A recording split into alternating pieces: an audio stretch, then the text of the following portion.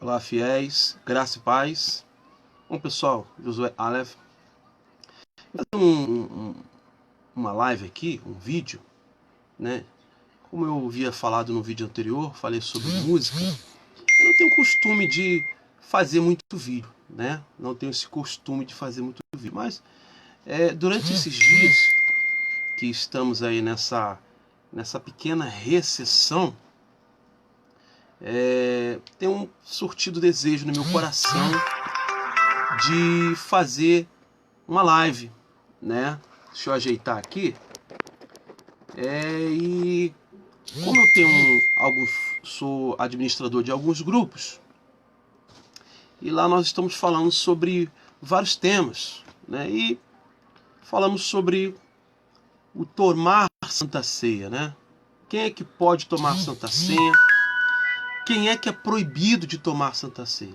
Qual a referência da Bíblia que ensina que o Messias, Jesus, o Cristo, né? O verdadeiro Messias, ensina quem pode e quem não pode tomar Santa Ceia, né? Mas eu não vou falar sobre isso. Vou falar sobre graça, né? O que é graça?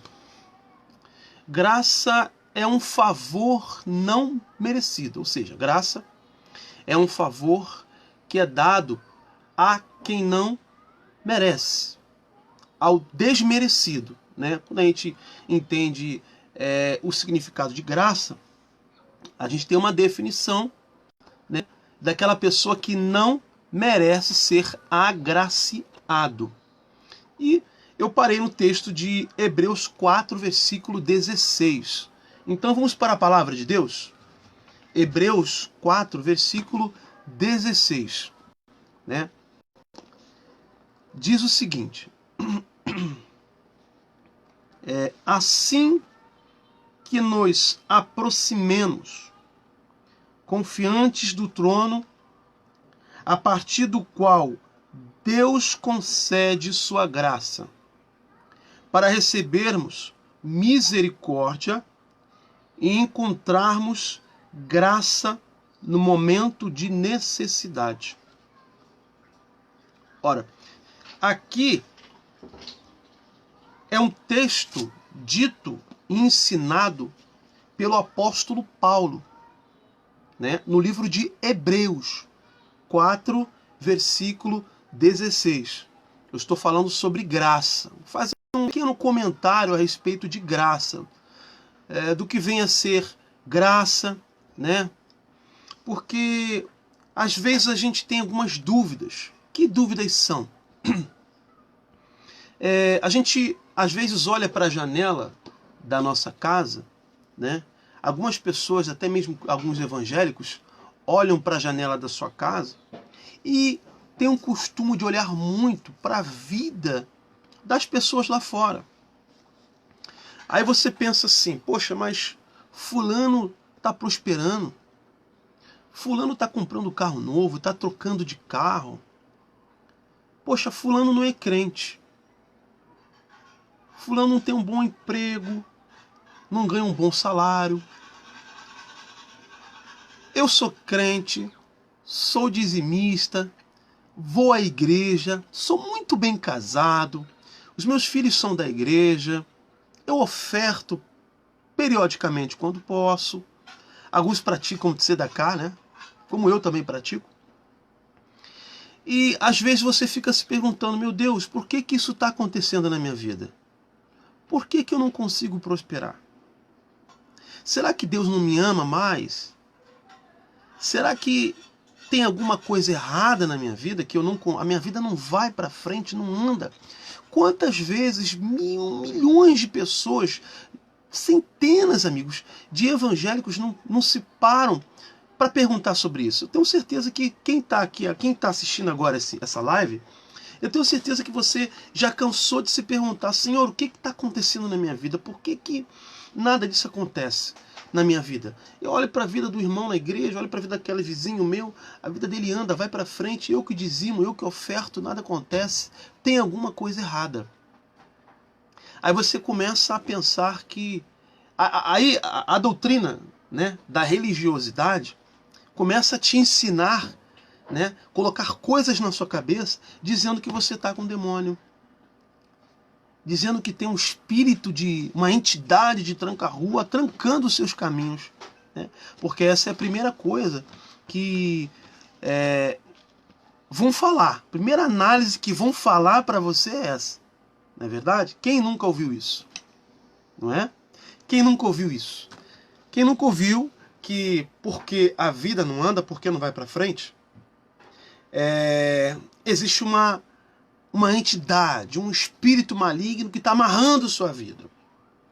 Você precisa observar se você está dizimando, você precisa observar se você está pecando, está errando em alguma área. Irmãos, eu quero que você entenda uma coisa, tá? A Bíblia diz que certamente toda alma que pecar, ela morrerá. Mas o sangue de Jesus, ele veio para quê? Para nos livrar da maldição, da morte e do pecado. Então isso é graça.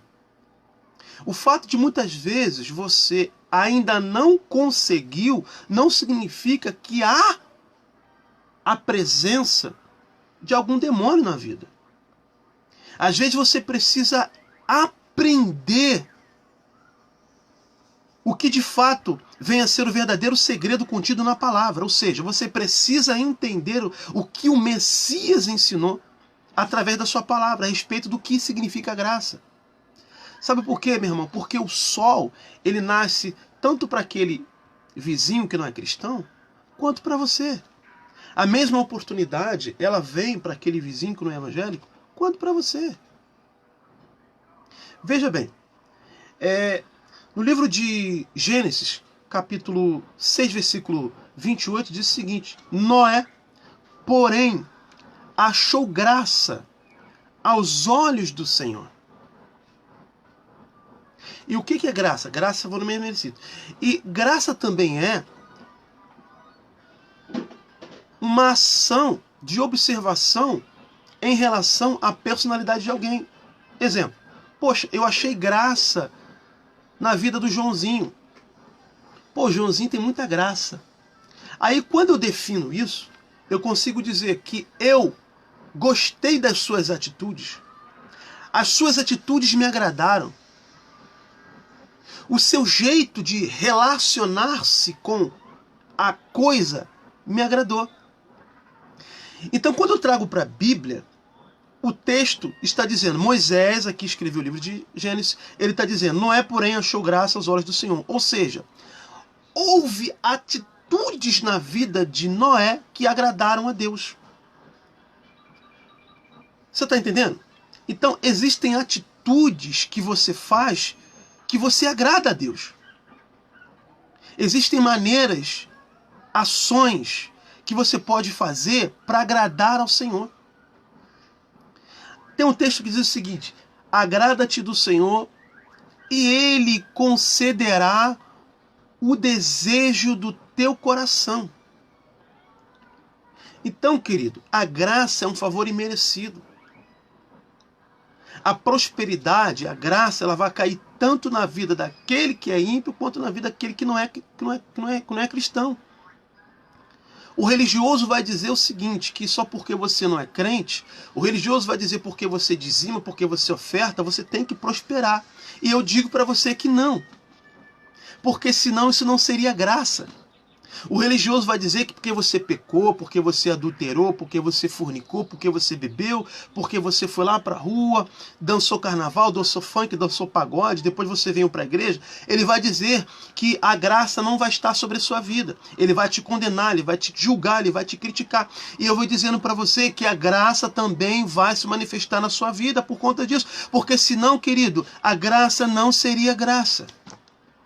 E você vai continuar sendo abençoado por Deus pelas tuas ações, sendo que há uma diferença entre o ímpio e o cristão. Por quê? Porque a colheita, a plantação, ela é para todos, mas a colheita, ela é inevitável. Então não fique pensando você que porque você está dizimando bem, né, periodicamente, que você é ofertante, né? Que você vai à igreja todos os dias, que é por conta disso que você vai prosperar porque você tem que prosperar, eu te digo que não. Porque a graça também está sobre a vida do ímpio, daquele que também não serve. Sabe por quê? Porque senão, graça não seria graça. Misericórdia não seria misericórdia. Porque senão Deus não seria Deus. E Deus, ele não veio entregar o seu próprio filho para morrer pelos justos. Não. Ele veio por causa dos pecadores, daqueles que não conhecem a verdade. Aí se manifestou a graça. Tanto é que ele diz, onde abundou o pecado, o texto diz, superabundou o quê? A graça. Graça é misericórdia. Graça é amor. Graça é você olhar quando não merece e dar. Graça é você ver e fazer sem esperar nada em troca. E isso é graça, querido. Então os religiosos da época de Jesus, os fariseus, tem muitos deles por aí, estão dizendo que você não prospera, que tua vida não vai para frente, porque você não está dizimando, porque você não está ofertando. Ora, que Deus é esse interesseiro? Será que Deus é interesseiro? Será que Deus só vai abençoar a casa daquele camarada, daquela irmãzinha que traz o dízimo, entrega o seu dízimo, entrega a sua oferta? Que vai à igreja todo dia? Que tem um comportamento cristão considerado como padrão? Então, querido, nós precisamos entender o que significa graça. Para encerrar, eu vou compartilhar com você aqui Êxodo capítulo 33. Veja o que está escrito no livro de Êxodo capítulo 33. Se você aí quiser acompanhar, abra lá. Tá? Êxodo capítulo 33. Ó, eu estou falando sobre graça, amigos. Falando um pouquinho aqui do que vem a ser graça, né? Porque algumas pessoas, eu tenho ouvido muito por aí, pessoas dizerem que só prospera se você dizimar. Deus só vai abençoar a tua casa se você dizimar. Se você for para a igreja todos os dias. Se você tiver um modelo padrão de cristianismo, aí você vai prosperar. Se você não tiver, você não vai prosperar. Deus só vai estar na tua casa, né? Se você dizimar, se você ofertar, né? E dependendo da quantidade do valor da tua oferta, a bênção será maior, né? A prosperidade será maior, dependendo da oferta que você der, do dízimo que você der, né? Tem uma frente de pregadores aí, né, ensinando esse tipo de coisa. E às vezes eu fico aqui me remoendo no meu íntimo, que eu falo, meu Deus, como que tem gente que acredita nessas heresias, nessas mentiras. Aí você vê esses youtubers aí, esses vídeos, aí você vê milhões de pessoas curtindo essas mentiras. Sabe o que significa isso, querido? Falta de ler as escrituras. Falta de ler a palavra de Deus, amado. Estamos num tempo em que nós temos que estudar, analisar as escrituras para não ser enganado. Porque o anticristo já está no mundo. A doutrina do anticristo já está contaminando muitos cristãos. Muita gente está acreditando nas doutrinas do anticristo. A Bíblia vai dizer que o próprio Messias afirmou que, se for possível, essa doutrina enganaria até os escolhidos. E tem enganado, querido. Queridos, a doutrina do anticristo tem enganado a muitas igrejas. Êxodo 33, vamos voltar para o assunto aqui. Versículo 12, diz o seguinte.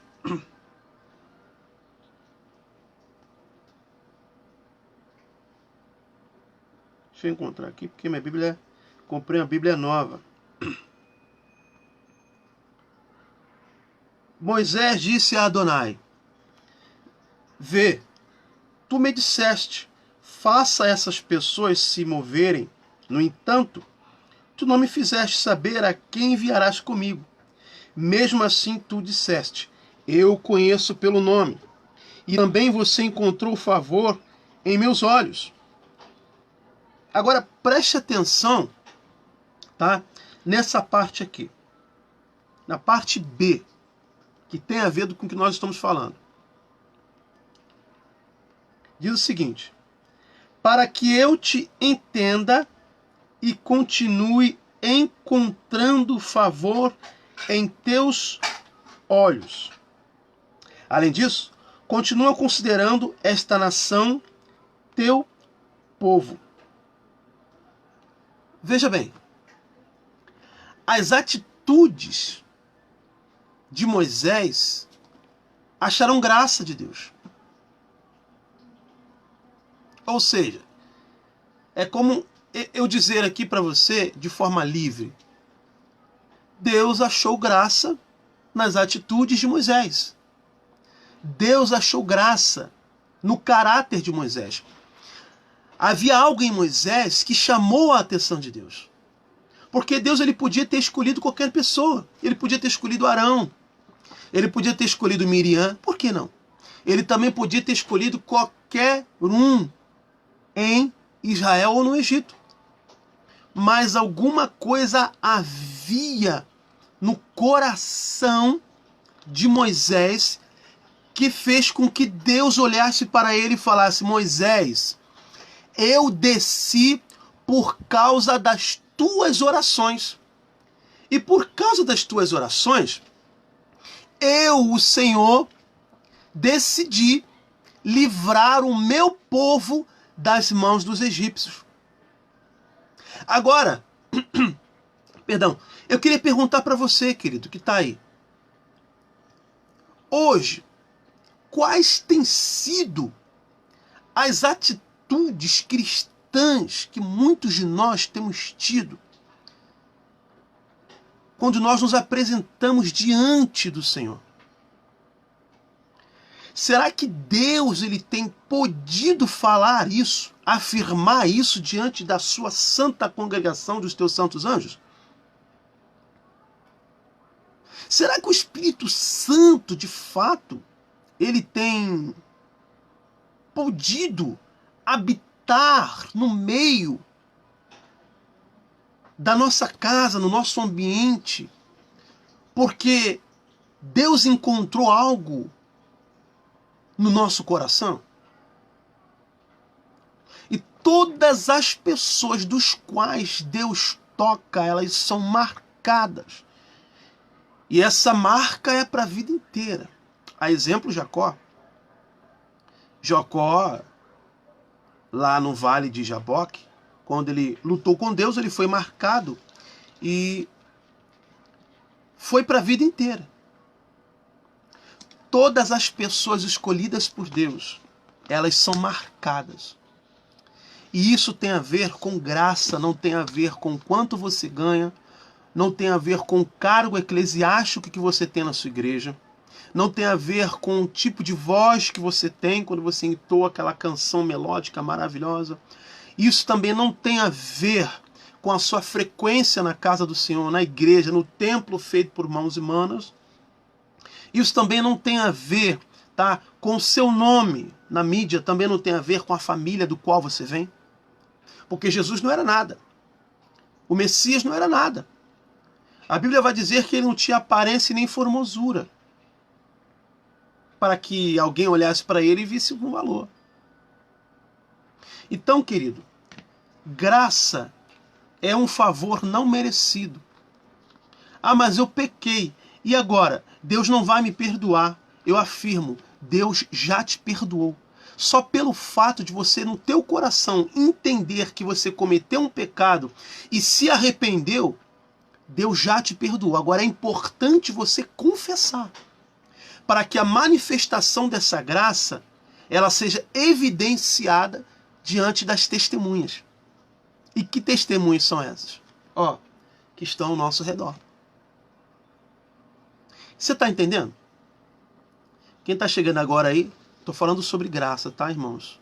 Estou falando um pouquinho só um pouquinho sobre graça. Você pecou, né? Aí você diz assim: essa semana eu recebi uma mensagem no WhatsApp, uma pessoa conhecida disse para mim assim: poxa, mas eu sou pecador, Deus não vai me perdoar porque eu sou pecador demais. Deus é santo, né? Como que eu, pecador, vou me aproximar daquilo que é santo? Olha que coisa, assim, vamos dizer, eu considero isso, irmãos, uma coisa muito bonita, porque a pessoa ela reconhece sua falha, reconhece seu pecado e sabe que esse nosso Deus é santo. Aí eu disse para ela assim, eu falei que querido, querida, veja bem, Deus é pai. E qual é o pai que, vendo o filho arrependido, não irá recebê-lo? Qual é o pai que, quando o filho se aproxima dele, ele vai desprezar? Eu estou dizendo o verdadeiro pai, tá? Porque tem muitos pais por aí que já abandonaram seus filhos. Que abandonam seus filhos. A gente vê por aí, né? Então, querido, aí eu disse para ele assim, se aproxime mais de Deus. Chegue mais perto de Deus. Chame Deus para dentro da sua casa. Para que essa graça ela seja evidenciada através das suas ações e haja a manifestação do Espírito Santo. Só levanta do seu joelho quando você sentir lá dentro do teu coração o toque do Espírito Santo. Então, querido, isso é graça, isso é misericórdia. A graça, ela não vai se manifestar somente na vida de você que vive uma vida padrão cristão. A graça, ela vai se manifestar também na vida de quem pecou, de quem falhou, de quem cometeu um erro, de quem errou o alvo. A graça também vai se manifestar na vida dessas pessoas também. Tá bom, querido? Que você encontre graça diante dos olhos do Senhor. Assim como Noé, assim como Davi, assim como Moisés e tantos outros, do qual o próprio Senhor fez questão de dizer: este é meu filho amado, nele eu tenho prazer. Amém? Deus te abençoe. Até a próxima e provável e possível live, né? Eu queria só fazer aqui essa live. Eu estava ali falando sobre graça com alguns amigos. Eu disse que ia fazer um vídeo falando um pouquinho só sobre a graça. Deus abençoe vocês, tá? Graça e paz. E tenha uma boa quarta-feira.